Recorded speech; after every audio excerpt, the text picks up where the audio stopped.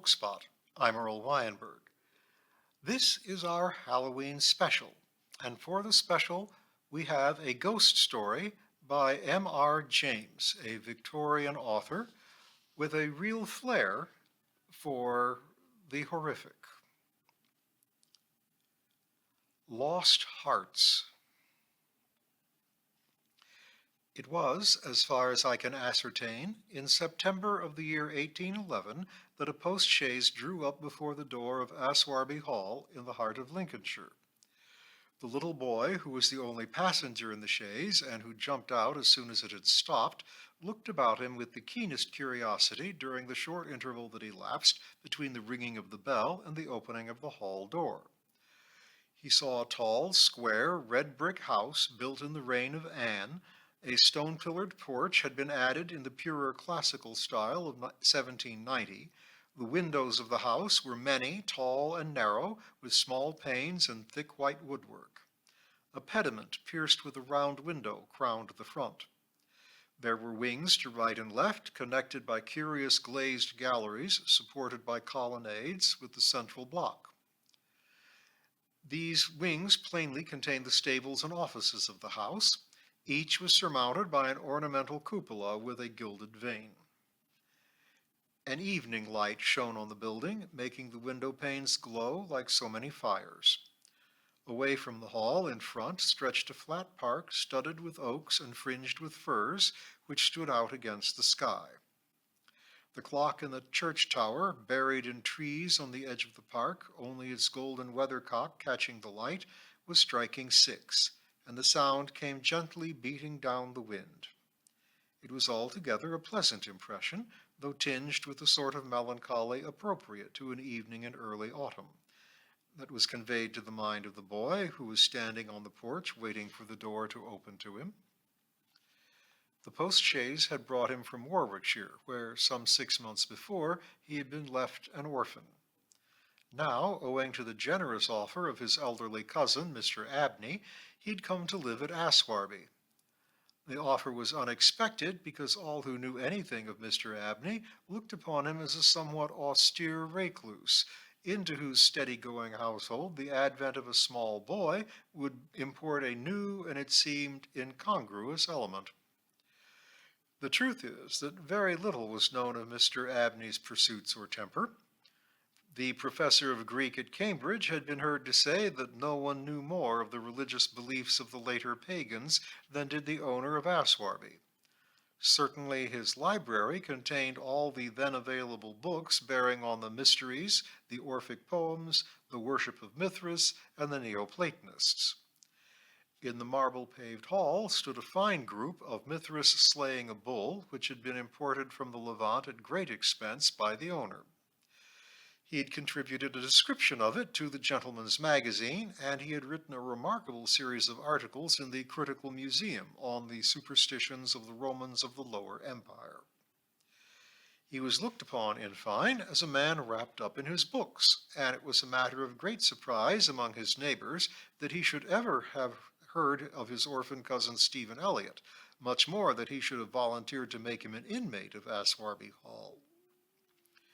Whatever may have been expected by his neighbors, it is certain that Mr. Abney, the tall, the thin, the austere, seemed inclined to give his young cousin a kindly reception.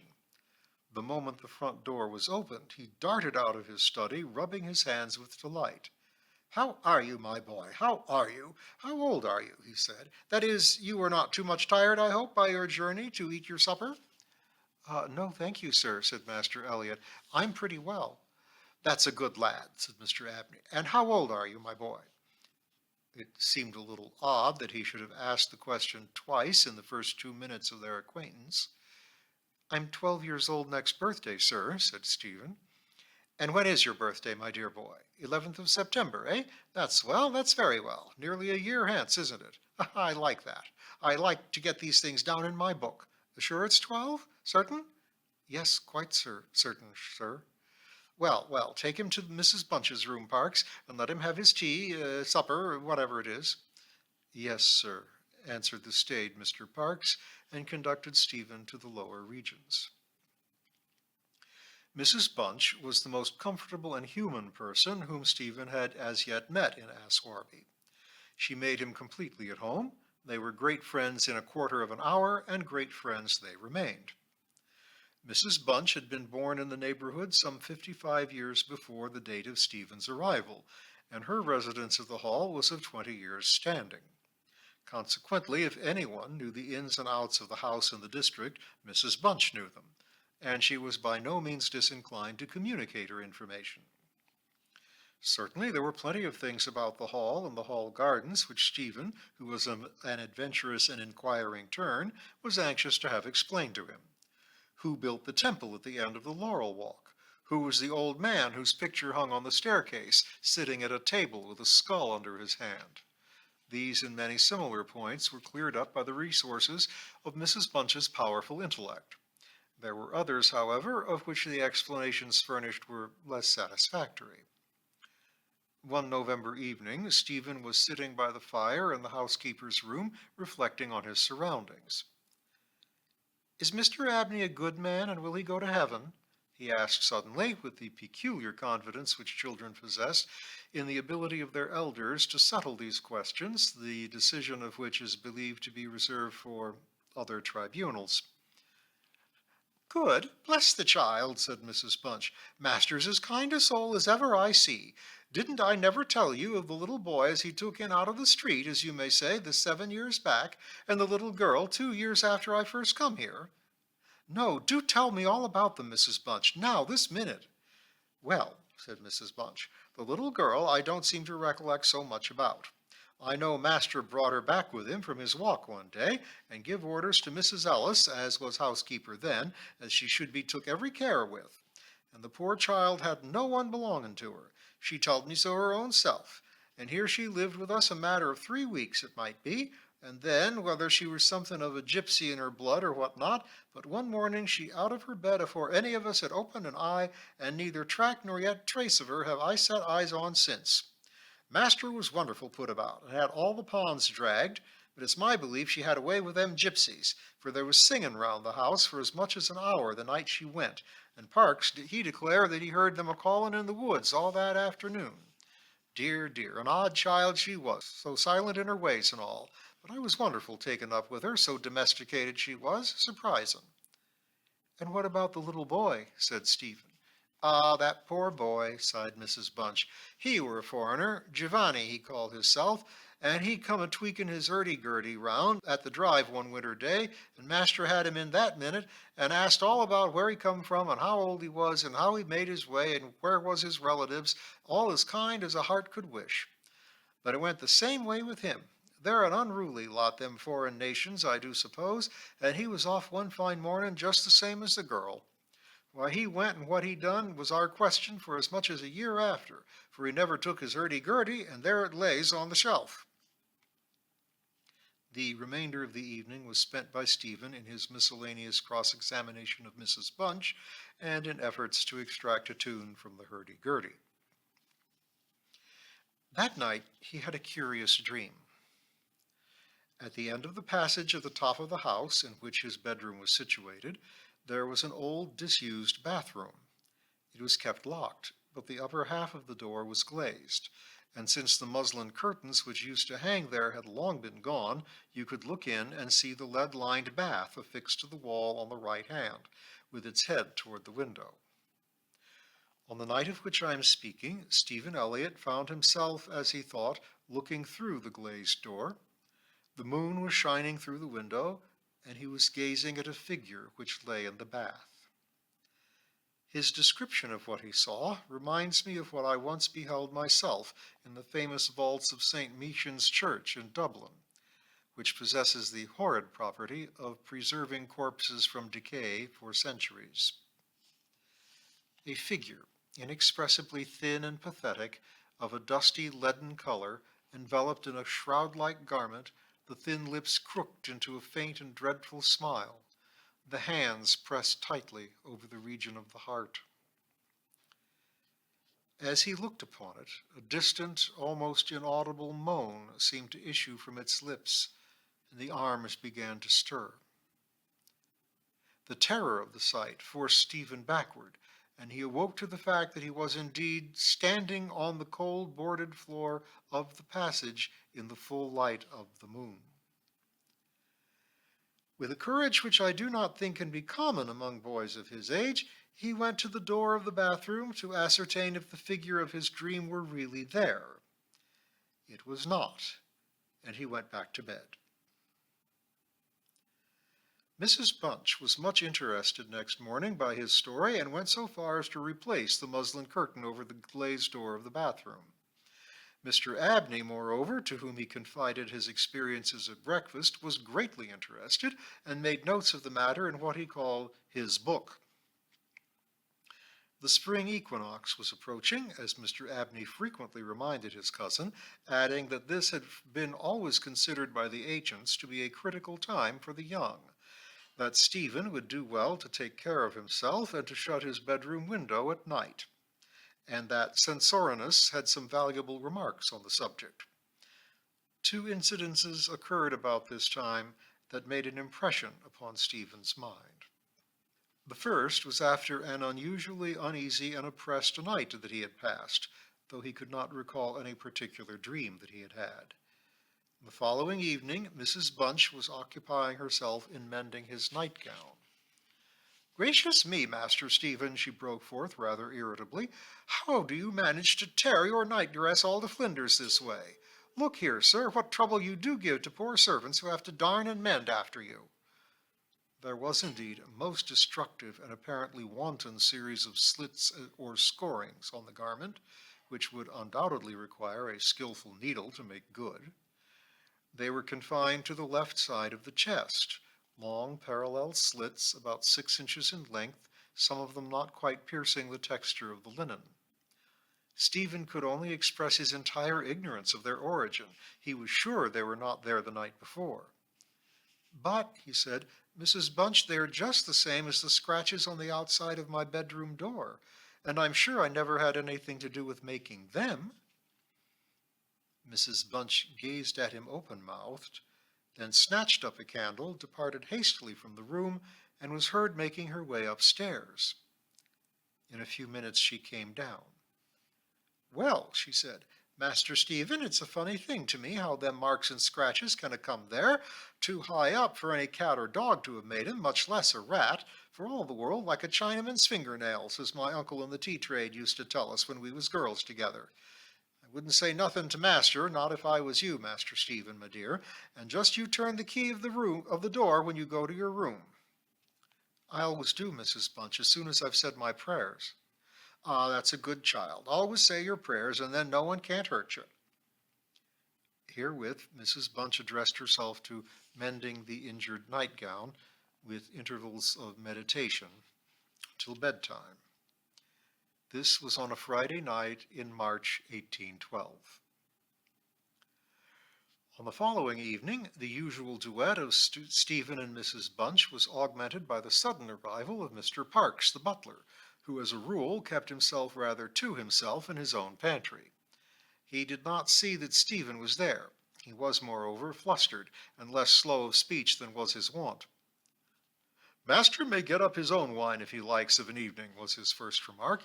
"Either I do it in the daytime or not at all, Mrs. Bunch. I don't know what it may be. Very like it's the rats or the wind got into the cellars, but I'm not so young as I was, and I can't go through with it as I have done." "Well, Mr. Parks, you know it is a surprising place for rats, is the hall." "I'm not denying that, Mrs. Bunch, and to be sure, many a time I've heard the tale from the men in the shipyards about the rat that could speak. I never laid no confidence in that before, but tonight, if I demeaned myself to lay my ear to the door of the further bin, I could pretty much have heard what they was saying." "Oh, there, Mr. Parks, I've no patience with your fancies. Rats talking in the wine cellar, indeed." "Well, Mrs. Bunch, I've no wish to argue with you. All I say is, if you choose to go to the far bin and lay your ear to the door, you may prove my words this minute." "What nonsense you do talk, Mr. Parks. Not fit for children to listen to. Well, you'll frighten Master Stephen there out of his wits." "What, Master Stephen?" said Parks, awakening to the consciousness of the boy's presence. "Master Stevens knows well enough I'm a-joking with you, Mrs. Bunch." In fact, Master Stephen knew much too well to suppose that Mr. Parks had in the first instance intended a joke. He was interested, not altogether pleasantly, in the situation, but all his questions were unsuccessful in inducing the butler to give any more detailed account of his experiences in the wine cellar. We have now arrived at March 24th, 1812. It was a day of curious experiences for Stephen, a windy, noisy day which filled the house and the gardens with a restless impression. As Stephen stood by the fence of the grounds and looked out into the park, he felt as if an endless procession of unseen people were sweeping past him on the wind, borne on resistlessly and aimlessly, vainly striving to stop themselves, to catch at something that might arrest their flight and bring them once again into contact with the living world of which they had formed a part. After luncheon that day, Mr. Abney said, "Stephen, my boy, do you think you could manage to come to me tonight as late as 11 o'clock in my study? I shall be busy until that time, and I wish to show you something connected with your future life, which it is most important that you should know. You are not to mention this matter to Mrs. Bunch, nor to anyone else in the house, and you had better go to your room at the usual time." Here was a new excitement added to life. Stephen eagerly grasped at the opportunity of sitting up till 11 o'clock. He looked in at the library door on his way upstairs that evening and saw a brazier, which he had often noticed in the corner of the room, moved out before the fire. An old silver-gilt cup stood on the table, filled with red wine, and some written sheets of paper lay near it. Mr. Abney was sprinkling some incense on the brazier from a round silver box as Stephen passed, but did not seem to notice his step. The wind had fallen, and there was a still night and a full moon. At about 10 o'clock, Stephen was standing at the open window of his bedroom, looking out over the country. Still as the night was, the mysterious population of the distant moonlit woods was not yet lulled to rest. From time to time, strange cries as of lost and despairing wanderers sounded from across the mere. They might be the notes of owls or water birds, yet they did not quite resemble either sound. Were not they coming nearer? Now they sounded from the nearer side of the water, and in a few moments they seemed to be floating about among the shrubberies. Then they ceased. But just as Stephen was thinking of shutting the window and resuming his reading of Robinson Crusoe, he caught sight of two figures standing on the graveled terrace that ran along the garden side of the hall. The figures of a girl and a boy, as it seemed. They stood side by side, looking up at the windows. Something in the form of the girl recalled irresistibly his dream of the figure in the bath. The boy inspired him with more acute fear. Whilst the girl stood still, half smiling, with her hands clasped over her heart, the boy, a thin shape with black hair and ragged clothing, raised his arms in the air with an appearance of menace and of unappeasable hunger and longing.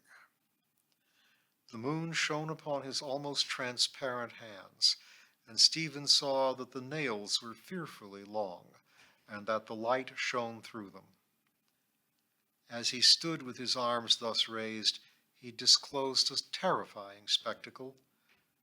On the left side of his chest there opened a black and gaping rent, and there fell upon Stephen's brain rather than upon his ear the impression of one of those hungry and desolate cries that he had heard resounding over the woods of Aswarby all that evening. In another moment this dreadful pair had moved swiftly and noiselessly over the dry gravel, and he saw them no more. Inexpressibly frightened as he was, he determined to take his candle and go down to Mr. Abney's study, for the hour appointed for their meeting was near at hand. The study, or library, opened out of the front hall on one side, and Stephen, urged on by his terrors, did not take long in getting there.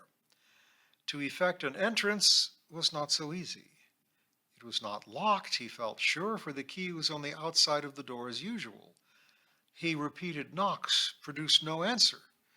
Mr. Abney was engaged. He was speaking. What?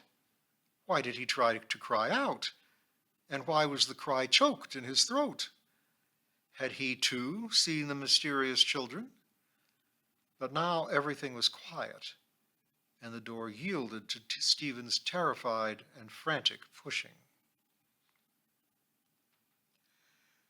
On the table in Mr. Abney's study, certain papers were found which explained the situation to Stephen Elliott when he was of an age to understand them.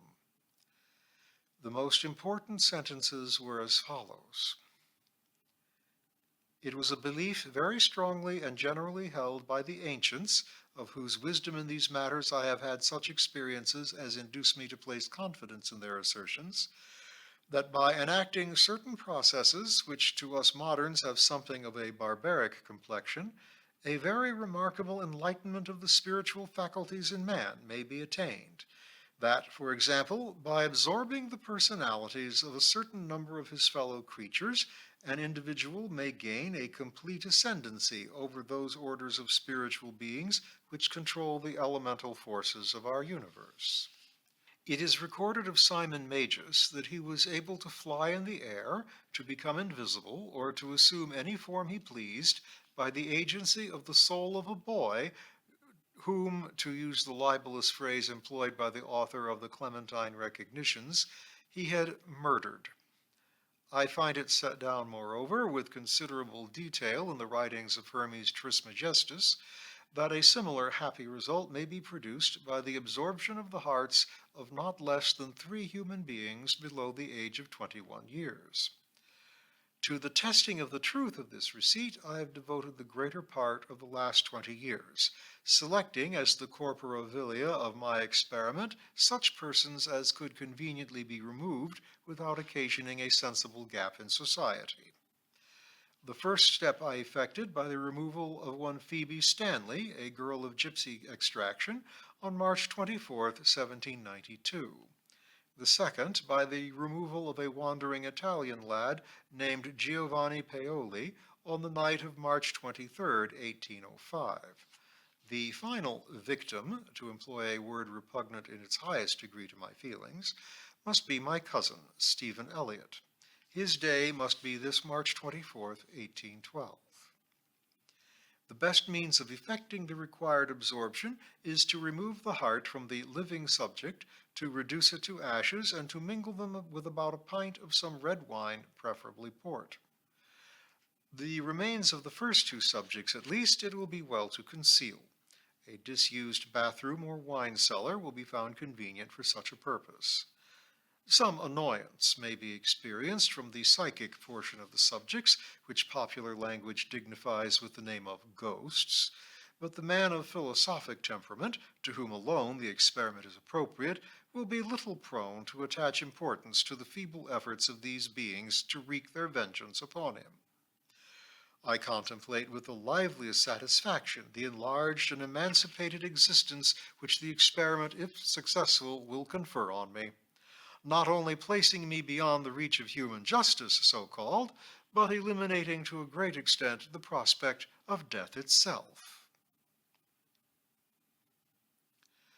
Mr. Abney was found in his chair, his head thrown back, his face stamped with an expression of rage, fright, and mortal pain.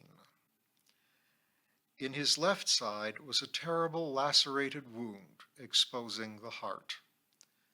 There was no blood on his hands, and the long knife that lay on the table was perfectly clean. A savage wildcat might have inflicted the injuries. The window of the study was open, and it was the opinion of the coroner that Mr. Abney had met his death by the agency of some wild creature. But Stephen Elliott's study of the papers I have quoted led him to a very different conclusion. Happy Halloween.